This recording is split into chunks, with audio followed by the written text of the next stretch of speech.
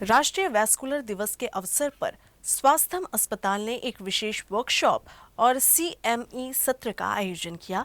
इस कार्यक्रम का मुख्य उद्देश्य वैस्कुलर बीमारियों के बारे में जागरूकता बढ़ाना और चिकित्सा क्षेत्र से जुड़े पेशेवरों को नई उपचार पद्धतियों से अवगत कराना था। इस दौरान मेडिकल छात्रों और डॉक्टरों को वैस्कुलर बीमारी के विभिन्न पहलुओं के बारे में जानकारी दी गई। विशेषज्ञों ने इन बीमारियों के लक्षण, निदान और उपचार के आधुनिक तरीकों पर प्रकाश डाला। उन्होंने कहा कि समय रहते यदि इन बीमारियों की पहचान कर ली जाए तो मरीजों का जीवन बचाया जा सकता है। वर्कशॉप में छात्रों और डॉक्टरों को हैंड्स ऑन ट्रेनिंग भी दी गई। इस दौरान vascular endovascular surgeon doctor Paresh Pai ने बताया कि वैस्कुलर बीमारियां आजकल तेजी से बढ़ रही हैं और इससे निपटने के लिए सही जानकारी और उपचार पद्धतियों का ज्ञान होना बेहद आवश्यक है। उन्होंने कहा, वैस्कुलर बीमारियां जैसे धमनियों की रुकावट, नसों की सूजन और अन्य संबंधित समस्याएं बहुत गंभीर हो सकती है। इसका सही समय पर निदान और उपचार करना जरूरी है। We are meeting here on the occasion of National Vascular Day, which is to be celebrated on August 6th.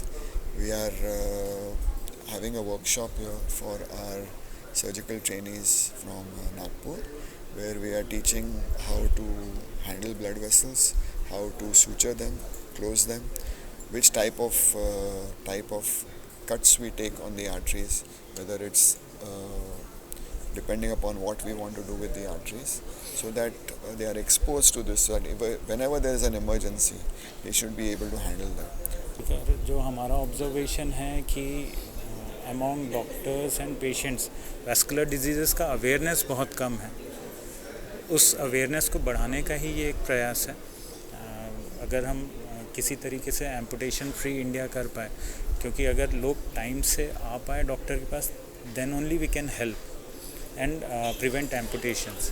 Mostly हम देखते हैं कि पेशेंट्स काफ़ी लेट हो जाते हैं आने के लिए and then we can not help. So it's important to recognise them, know them before you need them. काफ़ी पेशेंट ऐसे रूरल एरिया के आते हैं जो कि बड़े हॉस्पिटल्स में सर्जरी अफोर्ड नहीं कर सकते। एक्सीडेंट्स, क्योंकि हाईवेज गई हैं हम लोगों के एरिया से, तो काफ़ी एक्सीडेंट्स होते हैं जहाँ पे वैस्कुलर इंजरीज बहुत होती हैं।